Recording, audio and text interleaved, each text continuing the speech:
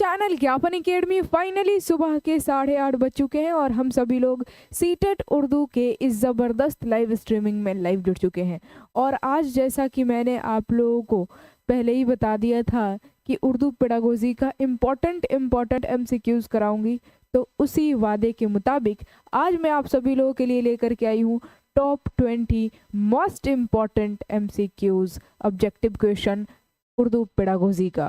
क्योंकि सबसे ज़्यादा, चाहे आप पेपर 1 के एस्पिरेंट हो, चाहे आप पेपर 2 के हो, लैंग्वेज 1 में उर्दू चूज़ किया हो या फिर लैंग्वेज 2 में, सबसे ज़्यादा इम्पॉर्टेंट है उर्दू पेडागोजी। और आप लोग कहते भी हैं कि मैम हमारा सबसे ज़्यादा जो क्वेश्चन गलत होता है वो पेडागोजी से ही गलत होता है। तो ऑल ओके है? एक बार चैट सेक्शन में लिख करके बताइए। मेरी आवाज़ आप सभी लोगों तक सुनाई दे रही है अच्छे से? मैं दिखाई, टेक्निकल एरर तो अस्सलाम वालेकुम, वालेकुम अस्सलाम वरहमतुल्लाहि वबरकातुहू and good morning to all of you.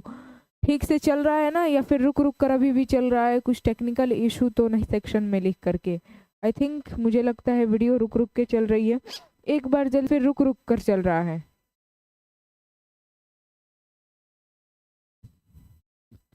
अब एक बार बताइए तो अब ठीक है?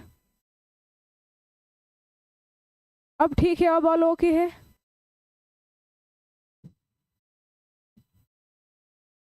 अब ऑल ओके है या फिर अभी भी रुक रुक कर ही चल रहा है?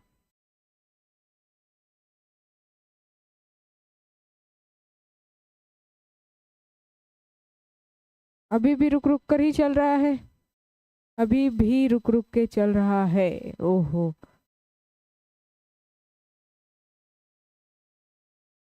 वेट कीजिए अभी। अब ठीक है? अब ठीक है? एक बार चैट सेक्शन में लिख करके बताइए। मुझे लगता है कि स्टार्टिंग में ही कुछ न कुछ दिक्कत, और थोड़ा सा नहीं, बहुत ज़्यादा ये टेक्निकल एरर आ रहा है। ठीक, अब सही है?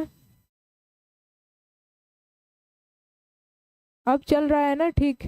वीडियो अच्छे से चल रहा है? मेरी आवाज़ आप सभी लोगों तक क्लियरली पहुंच पा रही है? जी मैम, अब ठीक है, बहुत बढ़िया। आई होप पूरा ये जो क्लास है ना, पूरे क्लास में नेटवर्क इशू ना हो। चलिए, इसी के साथ हैशटैग बिस्मिल्लाह लिखिए ताकि बीच में किसी भी तरह का कोई भी रुकावट ना आए और सक्सेसफुली ये क्लास हम लोग कंप्लीट करें। तो आज की इस क्लास की शुरुआत हैशटैग बिस्मिल्लाह के साथ क्या करने वाले हैं, जैसा कि मैंने आप लोगों को स्टार्टिंग में ही बताया कि सीटेट फरवरी 2026 के लिए आप सभी लोगों का ये प्रिपरेशन चल रहा है। और मैंने आप सभी लोगों से कहा था कि मोस्ट इम्पॉर्टेंट उर्दू पेडागोजी के क्वेश्चन कराऊंगी, और इतना ज़्यादा करा दिया जाएगा ना पेडागोजी से क्वेश्चन कि एक भी क्वेश्चन आप छोड़ेंगे नहीं। सारे के सारे क्वेश्चन से आप रूबरू हो जाएंगे। और किसी भी तरह से घुमा फिरा करके सवाल, चाहे पेपर 1 की बात हो, चाहे पेपर 2 की बात हो, चाहे लैंग्वेज 1 में आपने उर्दू चूज़ किया हो या फिर लैंग्वेज 2 में, किसी भी तरह का सवाल अगर पूछता है तो आप लोग 100% करेक्ट आंसर बना करके आएंगे। तो इसी वजह से आज मैं लेकर के आई हूँ टॉप 20 मोस्ट इम्पॉर्टेंट एमसीक्यूज, यानी कि मारूजी सवालात उर्दू पेडागोजी का। बहुत ही ज़्यादा उर्दू के अहम तरीन ये सवालात है, पेडागोजी इम्पॉर्टेंट क्वेश्चन चुन चुन करके मैं लेकर के आई हूँ। और ज़रूरी नहीं है इसके बाद भी मैं आप लोगों को टॉप क्वेश्चन लेकर के आऊँगी, हो सकता है टॉप 20 फिर से मैं लेकर के आऊँ, और जितना हो सकता है मैं आप सभी लोगों को मारूजी सवालात कराऊंगी, ताकि पेडागोजी जो आप सभी लोगों को डिफ़िकल्ट लगता है, सबसे ज़्यादा क्वेश्चन गलत होते हैं पेडागोजी में, तो उसको आप सुधार पाएँ और पेडागोजी के सभी सवालात आप सही कर पाएँ। तो ready? Are you ready? Are you really very excited? तो आज के इस क्लास की चलिए शुरुआत करते हैं। फिर से बफरिंग स्टार्ट हो चुका है, फिर से वीडियो रुक रहा है।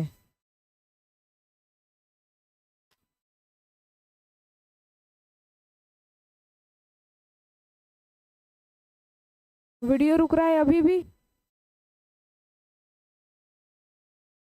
मैम 2023 का क्वेश्चन प्लीज़ प्लीज़। जी हाँ, 2023 का भी मैं कराऊंगी। अभी आप लोग पैनिक नहीं कीजिए। पहले बताइए, बफरिंग अभी भी हो रहा है या फिर ठीक हो गया है? क्योंकि हमारे सामने भी जो वीडियो भी प्ले हुआ है उसमें भी बफरिंग हो ही रहा है, वीडियो रुक रुक के चल रहा है।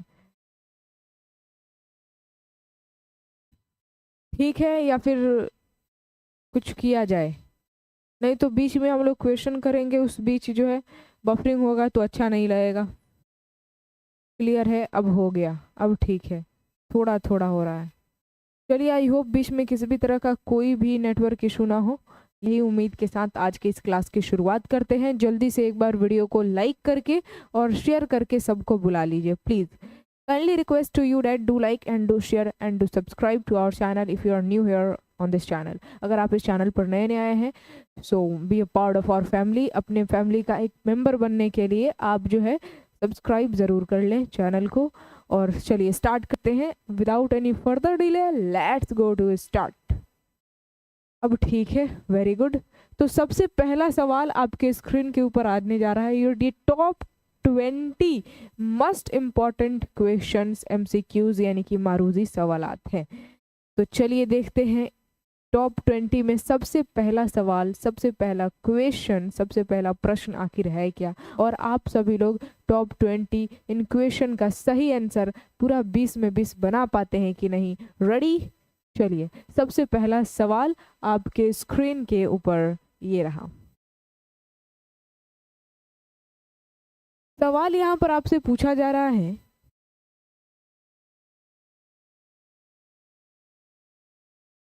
कि क्लासरूम की मश्क से ज़्यादा बेहतर सेगा ज़बान की तरक्की होती है। यानी कि क्लासरूम की मश्क यानी कि प्रैक्टिस से ज़्यादा बेहतर सेगा ज़बान की तरक्की होती है। यानी कि ज़बान की तरक्की होती है। ऑप्शन नंबर ए में दिया है फर्दन फर्दन नज़में या याद दिलाना और नज़में गंवाने से, या फिर यहाँ पर ऑप्शन नंबर बी में दिया है अपने पसंदीदा कहानी को किरदार के ज़रिए अदा करने में हिस्सा लेने से, या फिर मौलिम के साथ सब मिलकर किताब से कहानी पढ़ने से, या फिर ग्रुप में अल्फाज की सही तलफ़ुज़ पर अमल करवाने से। तो क्या बात है, मैं देख पा रही हूँ सभी का बिल्कुल सही answer option number B B B B B. क्या बात है, एकदम ज़बरदस्त।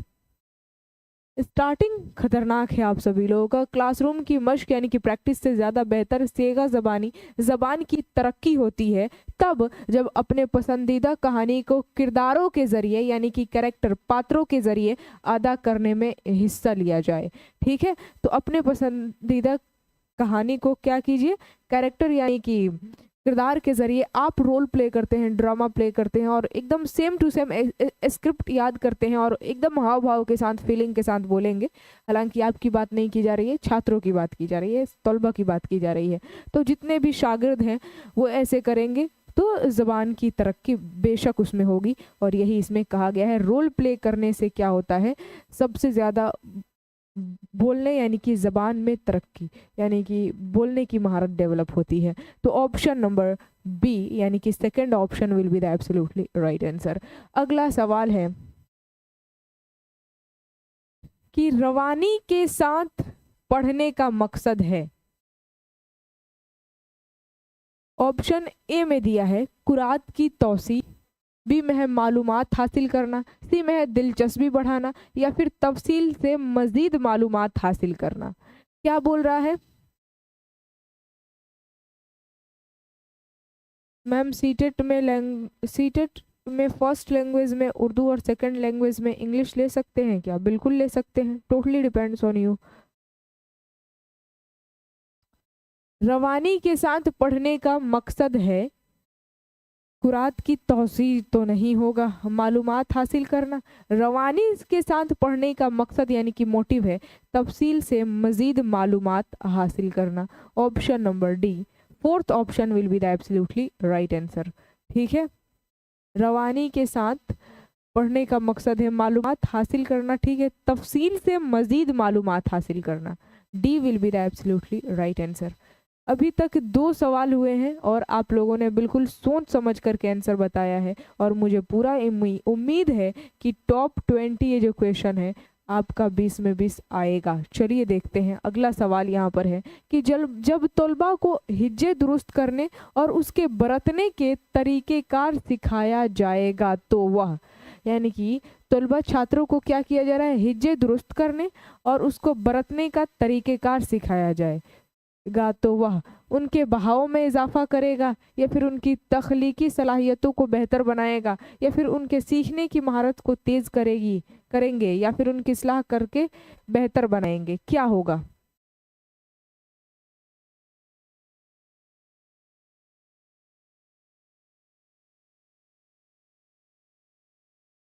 सोच समझ करके आंसर बताइएगा आप सभी लोग।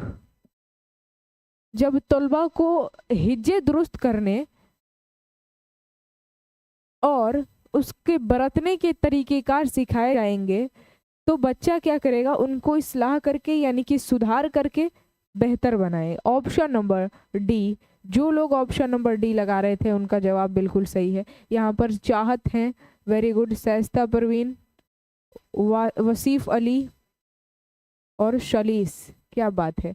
ऑप्शन नंबर डी जो लोग लगा रहे थे आपका जवाब बिल्कुल सही है। क्यों? क्योंकि यहाँ पर क्या बोला है? हिज्जे दुरुस्त करने और उसे बरतने के तरीक़ेकार सिखाए जाएंगे। तो इससे क्या है? बच्चा उसकी इस्लाह करेगा और सही तौर पर बोलना सीखेगा। तो D will be the absolutely right answer. आगे बढ़ते हैं। 12 नंबर सवाल है यहाँ पर कि प्राइमरी सतह पर कौमी तालीमी पॉलिसी 2020 मुल्क भर में डॉट डॉट यानी कि खाली जगह दिया है, डॉट डॉट के जरिए तालीम के तौर पर तजवीज़ करती है। ए में है हिंदी, बी में अंग्रेज़ी, सी में संस्कृत और डी में है मादरी ज़बान या फिर घर की ज़बान। यानी कि प्राइमरी सतह पर, प्राइमरी लेवल पर अगर बात करें तो कौमी तालीमी पॉलिसी एनसीएफ 2005, एनसीएफ 2005 नहीं, नेप 2020 की बात कर रहा है। हालांकि एनसीएफ 2005 भी कहता है और नेप, नेशनल एजुकेशन पॉलिसी, कौमी तालीमी पॉलिसी, ये भी कहता है कि मुल्क भर में प्राइमरी लेवल पर यानी कि प्राइमरी सतह पर आप क्या करेंगे? बच्चों को उनकी मादरी ज़बान यानी कि उनकी घर की ज़बान में तालीम देंगे। ठीक है, यानी कि 1 से लेकर 8वीं क्लास तक के बच्चे को जो प्रारंभिक शिक्षा दी जाएगी वो उनके मादरी ज़बान यानी कि मातृभाषा में दी जाएगी। तो इसका भी ऑप्शन नंबर डी, लगातार डी डी क्यों हो रहा है? अगले क्वेश्चन पर मुझे लगता है कि ऑप्शन बदलेगा। क्वेश्चन नंबर 13 है कि कौमी तालीमी पॉलिसी 2020 के मुताबिक तशखीस का मकसद है। ए में है रटने की सलाहियत की पैमाइश, बी में है तश्कील और याद करने की पैमाइश, सीखने के अमल में बच्चों की मदद करना, या फिर पूरे मुल्क में बच्चों का मुआवजा करने के लिए पैरामीटर्स पर पहुंचना। क्या होगा? कौमी तालीमी पॉलिसी यानी कि नेशनल एजुकेशन पॉलिसी जो है उसके मुताबिक तशखीस का मकसद क्या है? क्या बात है, ज़बरदस्त। सभी का सीसी अब्दुल, यहाँ पर Abdul Raqib, MD Shamshad, very good, यकीन कर का भी कहना है option number C, very good. सभी का सी है यहाँ पर, बिल्कुल सही जवाब आप सभी लोगों का।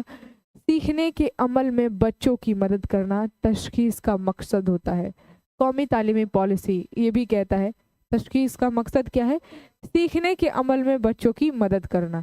फिर है यहाँ पर अगला सवाल कि ज़बानों के तनाजिर में कौमी तालीमी पॉलिसी यानी कि नेशनल एजुकेशन पॉलिसी 2020 किस पर जोर देती है? ए में है कसीर लसानियत, बी में है यक लसानियत, सी में है पूरे मुल्क में ज़रिए तालीम के तौर पर अंग्रेज़ी, या फिर हिंदी को मुल्क भर में ज़रिए तालीम के तौर पर। और हाँ, वीडियो को लाइक ज़रूर कीजिएगा। क्या बोल रहा है यहाँ पर कि ज़बानों के तनाज़ुर में कौमी तालीमी पॉलिसी नेप 2020 जो है वो कहता है, किस पर जोर देता है कि क्या बात है, बिल्कुल सही। महबूब रज़ा है, मुसर्रत, नज़मुल हक है, यकीन है, सीरत जहां, शाइस्ता परवीन, नाहिदा खातून है, दरख्शा तहसीन, वेरी गुड, एमडी परवेज़। क्या बात है, एकदम ज़बरदस्त आंसर। जो ये नेप 2020 है वो जोर देता है कसीर लसानियत यानी कि बहुभाषिकता पर। अगर एक से ज़्यादा भाषा बोलने वाले जो बच्चे हैं, द्विभाषिकता यानी कि आप कहेंगे जू लिसानियत, और कसीर लिसानी यानी कि बहुभाषिकता, एक से ज़्यादा भाषा बोलने वाले बच्चे हैं। तो ये उसी पर जोर देता है और कहता है, नेप 2020 और एनसीएफ 2005 भी कहता है कि जो कसीर लिसानियत है यानी कि मल्टीलिंगुअलिज्म है, इसको आपको तालीम में रुकावट नहीं, इसे एक मटेरियल के तौर पर इस्तेमाल करना है, इससे हेल्प लेकर के आप बच्चों को पढ़ाना है, ठीक। और टोटली डिपेंड्स ऑन यू, आप कैसे पढ़ाएंगे। अगला सवाल है, तलबा की तहरीरी गलतियों की तसहीह। तसहीह का मतलब होता है गलतियां सुधारना, ठीक है। यहाँ पर सवाल क्या बोल रहा है, तलबा की तहरीरी गलतियों की, लिखने में गलती कर रहा है बच्चा, तो छात्रों की तहरीरी गलतियों की तसहीह मुहस्सर तरीन होती है अगर उस्ताद ये महज तलबा को मश्क का मज़ीद काम देता है, यहाँ तक कि तलबा अपनी इस्लाह खुद कर ले, या फिर दुरुस्त जवाबात बोर्ड पर लिखता है, या फिर गलत जवाब पर नज़रसानी करता है, या फिर नुमाया गलतियों की निशानदही करता है और तलबा खुद तसहीह करते हैं। बताइए क्या होगा, सोच समझ करके बताइएगा। क्या बात है, नफीस शेख ने बिल्कुल सही आंसर बताया है। मुर्शिद आर्यन वेरी गुड, है ना, है वसीफ अली, क्या बात है। अहमद भी बिल्कुल सही आंसर बता रहे हैं। क्यों? क्योंकि बोल रहा है कि तलबा यानी कि छात्र की तहरीरी गलतियों की तसहीह, यानी कि वो लिखने में गलती कर रहा है तो तहरीरी गलतियों की तसहीह मौसर तरीन होती है, यानी कि उस सुधारा जाता है, प्रभावी होती है कब, यानी कि गलतियों को सुधारना, गलतियों को सही करना कब प्रभावी होता है, अगर उस्ताद यानी कि शिक्षक तलबा को मश्क का मज़ीद काम देता रहे, यहाँ तक कि तलबा अपनी इस्लाह खुद कर ले, यानी कि तलबा को टीचर जो है प्रैक्टिस का ज़्यादा से ज़्यादा काम दे और तलबा जो है अपनी इस्लाह खुद करे, या फिर दुरुस्त जवाबात बोर्ड पर लिख दे उस्ताद, या फिर गलत जवाब पर नज़रसानी कर ले यानी कि दोबारा देख ले, या फिर नुमाया गलतियों की निशानदही करे और तलबा खुद तसहीह करते हैं। तो ऑप्शन नंबर डी बिल्कुल सही है। क्यों? क्योंकि तसहीह मौसर तरीन तब होती है, यानी कि गलतियों को सुधार रहे हैं तो वो तब प्रभावी होगा जब एक टीचर यानी कि उस्ताद नुमाया गलतियों की निशानदही कर ले और तलबा जो है छात्र वो खुद तसहीह करते हैं, यानी कि खुद अपनी गलतियों को सुधारते हैं। तो option number D will be the absolutely correct option. आगे बढ़ते हैं।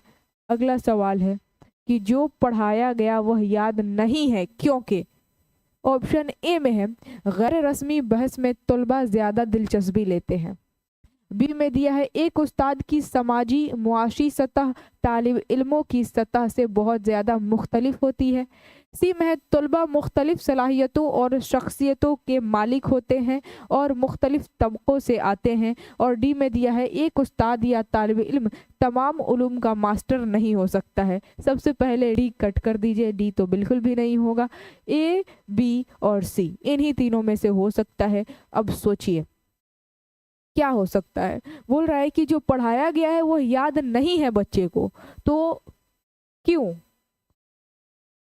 गैर रस्मी बहस में तलबा ज़्यादा दिलचस्पी लेते हैं, नहीं ये तो नहीं होगा, ये तो आप पर डिपेंड करता है ना, तो ऑप्शन नंबर ए नहीं होगा। गैर रस्मी बहस में तलबा जो है ज़्यादा दिलचस्पी लेते हैं, नहीं होगा। तो ए और डी कट गया, बी और सी बचा है, इन्हीं दोनों में से एक हो सकता है। एक उस्ताद की समाजी मुआशी सतह तालिब इल्मों की सतह से बहुत ज़्यादा मुख्तलिफ होती है, क्या बात है, ऑप्शन नंबर बी भी नहीं होगा।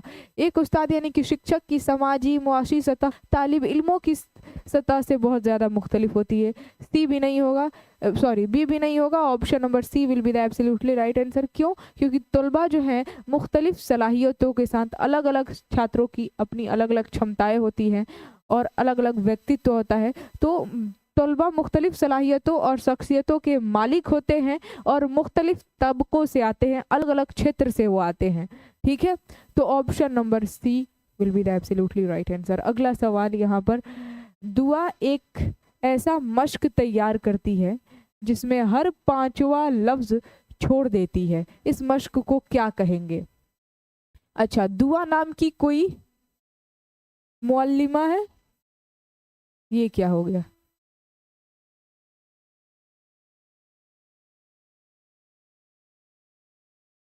अब ठीक है।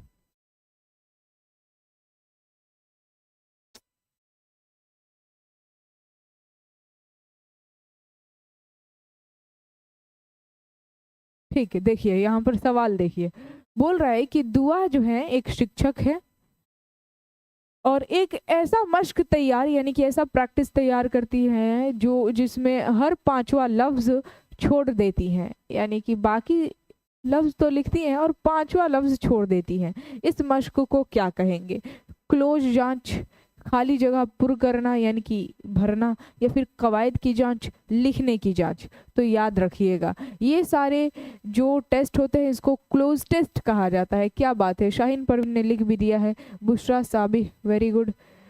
इसको क्लोज टेस्ट कहा जाता है जिसमें क्या किया जाता है, कोई ना कोई एक लफ्ज जो है ना छोड़ दिया जाता है। ठीक है, तो option number A will be the absolutely right answer. ठीक है, दुआ जो है वो क्या करती है, हर पांचवा लफ्ज छोड़ देती है। तो इस तरह के मश्क को कहेंगे क्लोज टेस्ट यानी कि क्लोज जांच। अगला सवाल देखिए, फीडबैक होता है, ऑप्शन ए में दिया है, उस असातिजा और आमुज़गार दोनों खुद में बेहतरी ला सके। फीडबैक होता है ताकि ताकि असातिजा जो है यानी कि शिक्षक और आमुज़गार यानी कि विद्यार्थी दोनों खुद में बेहतरी ला सके, या फिर वालिदैन अपने बच्चों का होमवर्क कराने और इम्तहान की तैयारी कराने में मदद कर सके, या फिर आमुज़गार अपनी आमोजिश को बेहतर बना सके, या फिर असातिजा अपनी तदरीस को बेहतर बना सके। क्या लगता है, जो फीडबैक दिया जाता है तो फीडबैक इसलिए दिया जाता है ताकि, चार ऑप्शन है, अब बताइए क्यों दिया जाता है फीडबैक। सबसे पहले तो ऑप्शन नंबर बी को कट कर दीजिए क्योंकि इसमें दिया है कि वालिदैन अपने बच्चों का होमवर्क कराने और इम्तिहान की तैयारी करने में मदद कर सके, इस वजह से फीडबैक दिया जाता है। तो ऑप्शन नंबर बी कट। असातिजा अपनी तदरीस को बेहतर बना सके, सिर्फ ये असातिजा को, फीडबैक जो होता है वो सिर्फ शिक्षक को ही नहीं और सिर्फ विद्यार्थी को नहीं, दोनों को, यानी कि असातिजा और आमुज़गार दोनों खुद में बेहतरी ला सके, इस वजह से ये फीडबैक दिया जाता है। तो option number A will be the absolutely right answer. C भी नहीं होगा और डी भी नहीं होगा क्योंकि सी में कहा गया है कि आमुज़गार अपनी आमोजिश को बेहतर बना सके, नहीं, तो इसमें सिर्फ आमुज़गार यानी कि विद्यार्थी की बात की जा रही है, और डी में सिर्फ असातिजा यानी कि शिक्षक की बात की जा रही है। असातिजा अपनी तदरीस को बेहतर बना सके यानी कि अपने शिक्षण को बेहतर बना सके, तो नहीं, डी भी नहीं होगा, सी भी नहीं होगा। A will be the absolutely right answer. ठीक है, अगला सवाल देखिए, काविया जबान की उस्ताद है। अच्छा, काविया नाम की एक लड़की है जो कि भाषा की एक शिक्षक है। वह आमुज़गारों से मौजू की मुनासबत से अल्फाज ढूंढने और ऐसे अल्फाज बनाने के लिए कहती हैं जो दूसरे लफ्ज़ों के पहले या बाद में जोड़े जा सकते हों। इस हिकमत अमली को क्या कहते हैं? ए में है लफ्ज़ों का हाल, लफ्ज़ों का खेल, या फिर लफ्ज़ बनाना, या फिर तरकीब लफ्ज़ी। वेरी गुड, तरकीब लफ्ज़ी कहा जाता है। ऑप्शन नंबर डी हो जाएगा इसका सही जवाब। क्या है, काविया क्या करती हैं, वह आमोज़गारों से मौजू की मुनासबत से अल्फाज ढूंढने और ऐसे अल्फाज बनाने के लिए कहती हैं अपने विद्यार्थियों से जो दूसरे लफ्ज़ों के पहले या फिर बाद में जोड़े जा सकते हों। इस हिकमत अमली को कहा जाता है तरकीब लफ्ज़ी। Option number D. अगला सवाल है यहाँ पर कि ज़बान सीखने में कवायद की बाज़ गलतियाँ फितरी तौर पर होती हैं, ऐसे में उस्ताद को चाहिए कि वह, यानी कि ज़बान सीखने में कवायद की गलतियां बच्चा करता है, ये स्वाभाविक है, फितरी तौर पर होती है, तो ऐसे में उस्ताद को चाहिए, शिक्षक को क्या चाहिए, क्या करना चाहिए? अब मान लीजिए वही शिक्षक आप हैं, तो ऑप्शन नंबर ए में दिया है क्लास में की जाने वाली गलतियों को फौरन दुरुस्त करें ताकि तलबा दूसरों की गलतियों से सीख सके। बी में दिया है तालिब इल्म को बोलने या पढ़ने दे और फिर गलतियों को दुरुस्त करें। सी में दिया है तलबा को गलतियां करने दे कि वह फितरी हैं, और डी में दिया है कमज़ोर तलबा की निशानदही करके उन्हें अलग करें और उनके लिए खुसूसी क्लास करें। लीजिए, जो कमज़ोर तलबा है उनकी निशानदही करके और उन्हें अलग कर दीजिए और उनके लिए स्पेशल क्लास दीजिए। ये तो कह, option number D direct cut कीजिए। डी नहीं होगा, क्या बात है, सी सी एकदम सही आंसर आ रहा है, क्या बात है। तलबा को गलतियां करने दे कि वो फितरी है, वेरी गुड। कभी भी एनसीएफ 2005 हो या फिर नेशनल एजुकेशन पॉलिसी नेप 2020 हो, वो ये नहीं कहता है कि जब बच्चा गलती कर रहा है तो गलतियों को तुरंत सुधार दो, नहीं। तो ऑप्शन नंबर ए में जो दिया है क्लास में की जाने वाली गलतियों को फौरन दुरुस्त कर दे, ये ऑप्शन नंबर ए कट कर देना है। C will be the absolutely right answer. तलबा की गलतियाँ जो है ना, गलती कर रहा है, अगर जबान सीखने में बच्चा गलती कर रहा है तो कोई बात नहीं, करने दे। और क्योंकि वो फितरी होता है, स्वाभाविक होता है, सीखने में हर बच्चा गलती करता है, बाद में आपको उसे सुधारना है, फौरन दुरुस्त नहीं करना है, ठीक है। तो option number C will be the absolutely right answer. आगे बढ़ते हैं, अगला सवाल कि ग्रामर क्लास के तालिब इल्म के लिए कौन सा उसूल मुआविन है, मददगार होगा, कौन सा सिद्धांत। ए में है ग्रामर पर मबनी सरगर्मियों में मसरूफ़ रखना जो उन्हें गौर व फिक्र करने में मुआविन व मददगार हों, या फिर मिसालों के ज़रिए कुछ उसूल बताएं, या फिर सरगर्मी को पूरा करने के लिए ग्रामर के उसूलों को इरादतन सोचे, या फिर टीचर ग्रामर की गलती को नज़रअंदाज करे। ऑप्शन नंबर डी तो बिल्कुल नहीं होगा। ग्रामर के यानी कि कवायद के क्लास के तालिब इल्मों के लिए कौन सा उसूल मुआविन है, तो सबसे मददगार यही होगा, सहायक यही होगा कि ग्रामर पर मबनी जो सरगर्मियां हैं यानी कि ग्रामर पर आधारित गतिविधियां कराइए, उनमें मसरूफ़ रखिए जो उन्हें गौर व फिक्र करने में मुआविन हो, मददगार हो। तो ऑप्शन नंबर ए यही सूटेबल दिख रहा है, बाकी ऑप्शन तो सूटेबल नहीं। सी लगा रहे, सरगर्मी को पूरा करने के लिए ग्रामर के उसूलों को इरादतन सोचे, ये सी भी नहीं होगा, क्योंकि यहाँ पर क्या बोल रहा है, कौन सा उसूल मुआविन है यानी कि सहायक है। तो ग्रामर पर मबनी जो गतिविधियां कराएंगे, रियल में करके जो बच्चा सीखता है ना, वो लंबे समय तक और परमानेंट उसको याद हो जाता है।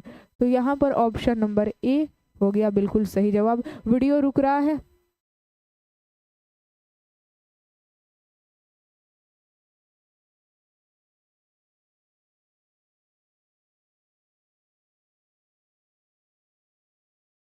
अब ठीक है, एक बार बताइए तो।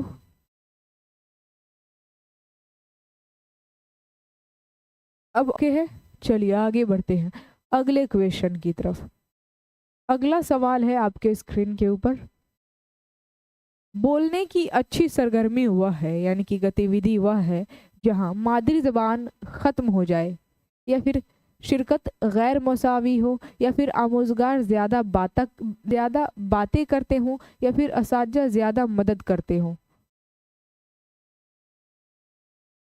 अभी भी रुक रहा है, वेट कीजिए आप लोग।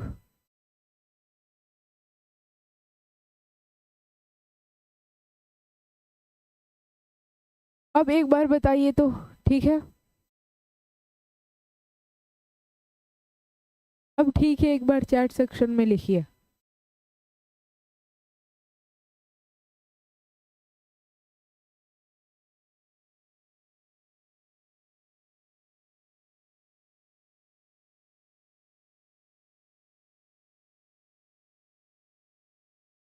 अब फिर से बताइए, अब ठीक है।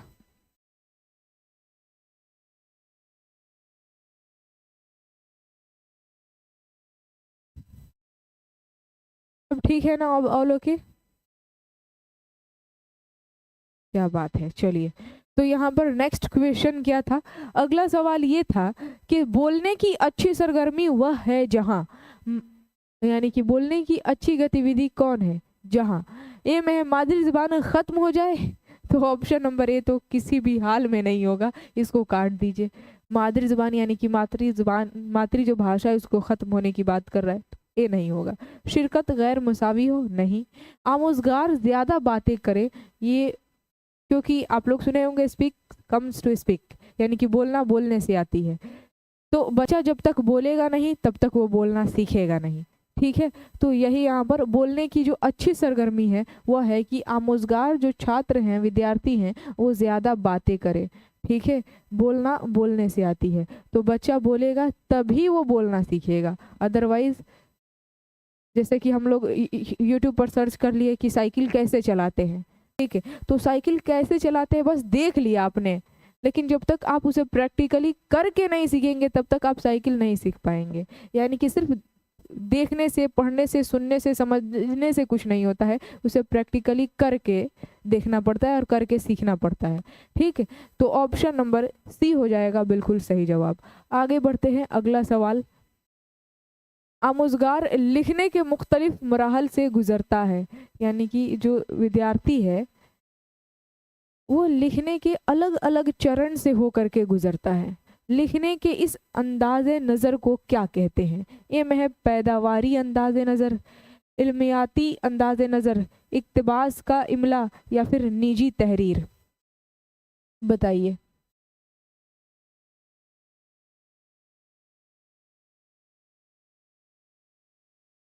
वीडियो अभी भी रुक रहा है?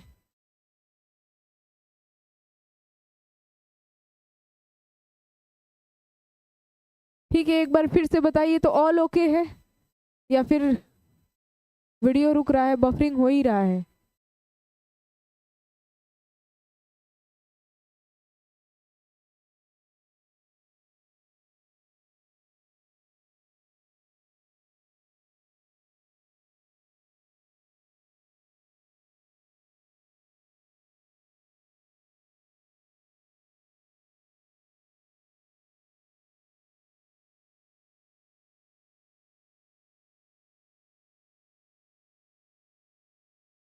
रुक रहा है, वेट कीजिए आप लोग। अब ठीक है?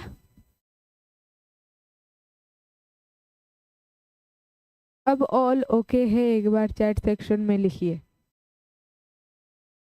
अब बफरिंग तो नहीं कर रहा है ना?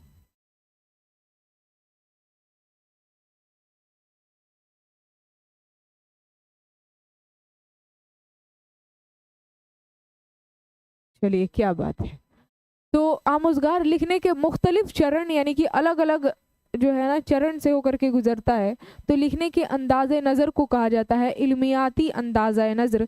Option number B, second option will be the absolutely right answer. क्या बात है, राहत रियाज ने बिल्कुल सही आंसर बताया है, यकीन कर। क्या बात है, इन्होंने भी बिल्कुल सही आंसर बताया है। गजला और शबाब, बिल्कुल ऑप्शन नंबर बी, इसको इल्मियाती अंदाज़े नज़र कहा जाता है। नेक्स्ट क्वेश्चन अगर देखेंगे आप, तो आपसे पूछा जा रहा है कि मंदरज झैल में से, यानी कि निम्नलिखित में से कौन सा कौल पियाजे के मुताबिक सही है, यानी कि कौन सा कथन जो है ना जीन पियाजी के मुताबिक सही है, दुरुस्त है। ए में दिया है कि ख्यालात ज़बान से पहले आते हैं, बी में है ज़बान ख्यालात से पहले आते हैं, या फिर ज़बान और ख्यालात दो अलग अलग तसव्वुरात हैं, इमेजिनेशन है, या फिर ज़बान और ख्याल 3 साल की उम्र में एक साथ आते हैं। लो, ऑप्शन नंबर डी कट कर दीजिए, ये नहीं आएगा। पियाजी का कहना था, यानी कि इन्होंने अपने सिद्धांत में बताया था कि जो बच्चे होते हैं ना, चाहे कोई भी क्यों ना हो, ख्यालात ज़बान से पहले आते हैं, यानी कि बोलने से पहले हम लोग उससे सोचते हैं। ठीक है, यानी कि ख्यालात जो है ना बोलने से पहले, ज़बान से पहले, बच्चे जो है ना बोलने से पहले उनके अंदर ख्यालात आता है, और फिर वो सोचते हैं कि बोले कैसे। मान लीजिए प्यास लगा है, तो बोलने, ये जो प्यास का ख्यालात जो है ना उसके अंदर है, लेकिन वो बोले कैसे ये नहीं पता है। ठीक है, यानी कि यही यहाँ पर पियाजे का कहना था कि ख्यालात जो है वो ज़बान से पहले आते हैं। बच्चे जो है ना, बच्चे के अंदर पहले ख्यालात आते हैं और उसके बाद से ज़बान के ज़रिए वो अपनी बात को, ख्यालात को, ज़रूरियात को, एहसासात को समझाने की कोशिश करता है।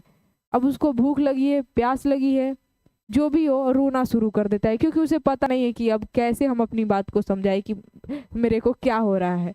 पेट दर्द भी हो, कान दर्द हो, अक्सर बच्चे को यही होता है। तो ऑप्शन नंबर ए हो जाएगा, ख्यालात जो है वो ज़बान से पहले आती है। ठीक, ये तो बहुत आसान सवाल था। आगे बढ़ते हैं, अगला सवाल। उस्ताद आमोज़गारों की तहरीर और तकरीर की सारी मुश्तरका गलतियों को यकजा करता है। क्या बात है। शिक्षक जो है ना अपने विद्यार्थियों की लिखने बोलने की सभी तरह की गलतियों को इकट्ठा करता है और बाद में अपनी क्लास में बगैर किसी का नाम लिए हुए सारी गलतियों पर बहस करता है। इस तरह वह क्या कर रहा है बताइए। ऑप्शन ए में है तायुनी तदरीस, बी में है माबाद अंदाज़ा कद्र सरगर्मी, गलतियों का तज्जिया या फिर फीडबैक। क्या होगा। डी परफेक्ट, बिल्कुल सही आंसर है। वसीफ अली है यहाँ पर और शमसा, फैज़ान, इशरत, अब्दुल रकीब, क्या बात है, शमा परवीन, शबाब भी हैं। Very good.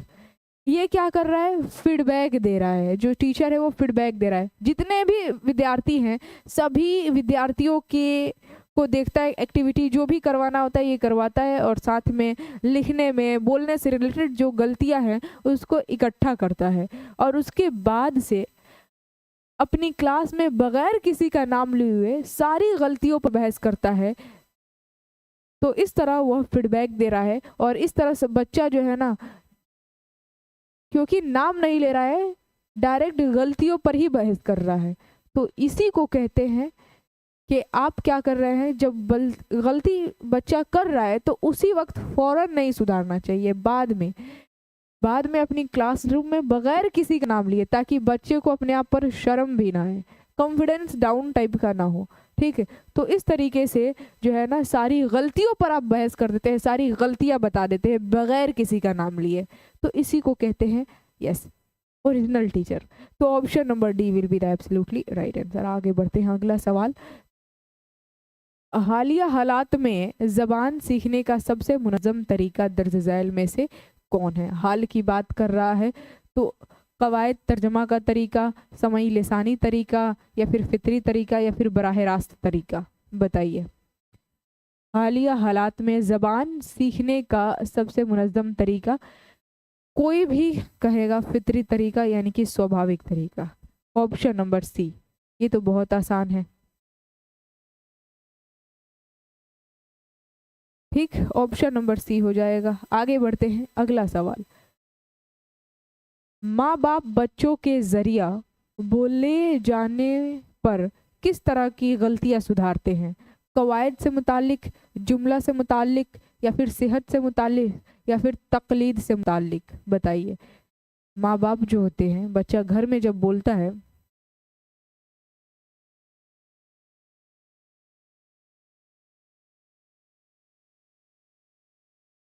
तो माँ बाप बच्चों के जरिए बोले जाने पर किस तरह की गलती है, अगर बच्चा गलती करता है तो गलती सुधारते हैं वो तकलीद से मुतालिक। Option number D will be the absolutely right answer. ठीक, बहुत आसान सवाल था ये भी और सभी का बिल्कुल सही आंसर है। आगे बढ़ते हैं, अगला सवाल। दर्ज झैल, और ये आखिरी सवाल है, दर्ज झैल में से कौन सा अमल ज़बान सीखने में बच्चे की मदद करता है। कौन सा अमल जो है वो ज़बान सीखने में बच्चे की मदद करता है। ए में है ऐसा माहौल जहाँ बच्चों को बोलने नहीं दिया जाता, बी में है दूसरे बच्चों के साथ खेलना, बड़ों की बातचीत सुनना या फिर बच्चों को सही जुमला दोहराने को कहना। क्या होगा। कौन सा अमल ज़बान सीखने में बच्चे की मदद करता है। क्या लगता है आपको इसका सही आंसर क्या होना चाहिए। और ये आखिरी सवाल है, सोच समझ कर आंसर बताइएगा आप लोग।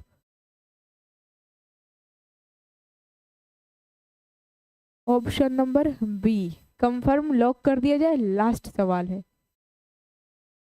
दर्ज झैल में से कौन सा अमल ज़बान सीखने में बच्चों की मदद करता है। तो ऐसा माहौल जहाँ बच्चों को बोलने नहीं दिया जाए वहाँ पर बच्चा ज़बान सीख ही नहीं सकता है। उसके बाद से बच्चों को सही जुमला दोहराने को कहना नहीं, बड़ों की बातचीत सुनने से थोड़ा इफेक्ट पड़ता है, बट दूसरे बच्चों के साथ खेलना ये सबसे ज़्यादा हेल्प करेगा बच्चे को ज़बान सीखने में, क्योंकि दूसरे बच्चों के साथ खेलेगा तो बच्चे आपस में बोल बोल के सीखते हैं, एक दूसरे से सीखते हैं ज़बान। तो ऑप्शन नंबर बी, क्योंकि बोलेगा बच्चा तभी तो सीखेगा, बिना बोले बोलना सीख ही नहीं सकता है, स्पीक कम्स टू स्पीक, बोलना बोलने से आती है।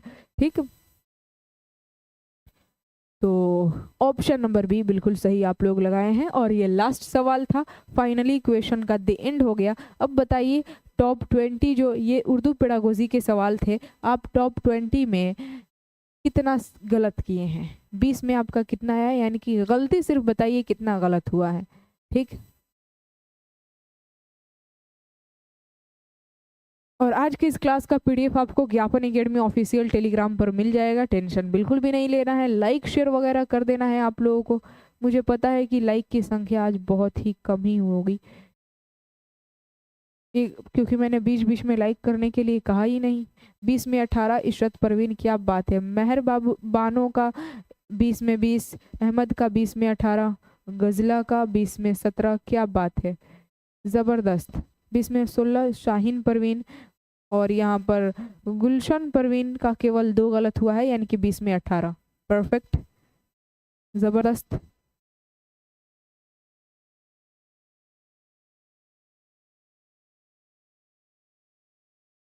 चलिए बहुत बढ़िया। तो आज के इस क्लास को लाइक शेयर वगैरह कर देना है, और अपने परिवार में जो लोग नए नए आए होंगे, अपने परिवार का एक हिस्सा बनने के लिए चैनल को सब्सक्राइब ज़रूर कर लेंगे, और कमेंट बॉक्स में ज़रूर लिख करके बताएंगे कि आज का ये क्लास कैसा रहा, और आपका जितना भी सही हुआ 20 में कमेंट बॉक्स में ज़रूर लिख करके बताएंगे, लिख करके जाएंगे। आज की इस क्लास में ये रिकॉर्ड हो जाएगा कि आज के क्लास में आपने 20 में कितना सही हुआ, कमेंट बॉक्स में आपको दिखता रहेगा। फिर इसके नेक्स्ट क्लास में आप इससे बेहतर करेंगे या फिर इससे और ख़राब प्रदर्शन होगा, ये तो इसके नेक्स्ट क्लास में ही पता चलेगा। तो आज के इस क्लास में आपने 20 में कितना सही किया है कमेंट बॉक्स में लिख करके जाइएगा, ताकि वो परमानेंट रहे लिखित तौर पर कि हाँ आपने 20 में इतना सही किया था।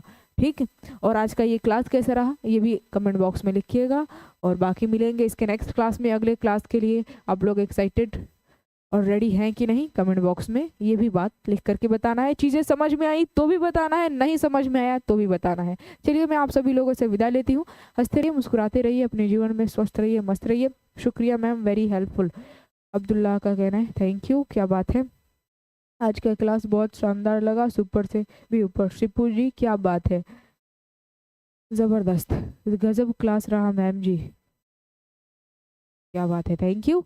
अब मिलेंगे हम लोग इसके नेक्स्ट क्लास में एक नए एनर्जी, एक नए मोटिवेशन के साथ। और अगले क्लास में देखिए किस तरह के मारूजी सवालात में लेकर के आ रही हूँ, वो तो आप लोगों को अगले क्लास में ही पता चलेगा। और हाँ, ऑन द टाइम आप लोगों को हर रोज़ अभी फ़िलहाल के लिए 8:30 बजे जुड़ जाना है, और जैसे ही टाइम में परिवर्तन होगा, बदलाव होगा, चेंज तब्दीली मैं करूँगी, 9 बजे से फिर से इसे कर देना है। जैसे ही जीविका का एग्ज़ाम ख़त्म होगा ना, वैसे फिर से ये सीटेट का क्लास जो है वो 9 बजे से हो जाएगा। ठीक, तो चलिए अब मैं आप सभी लोगों से विदा लेती हूँ। मिलेंगे इसके नेक्स्ट क्लास में नए एनर्जी नए मोटिवेशन के साथ।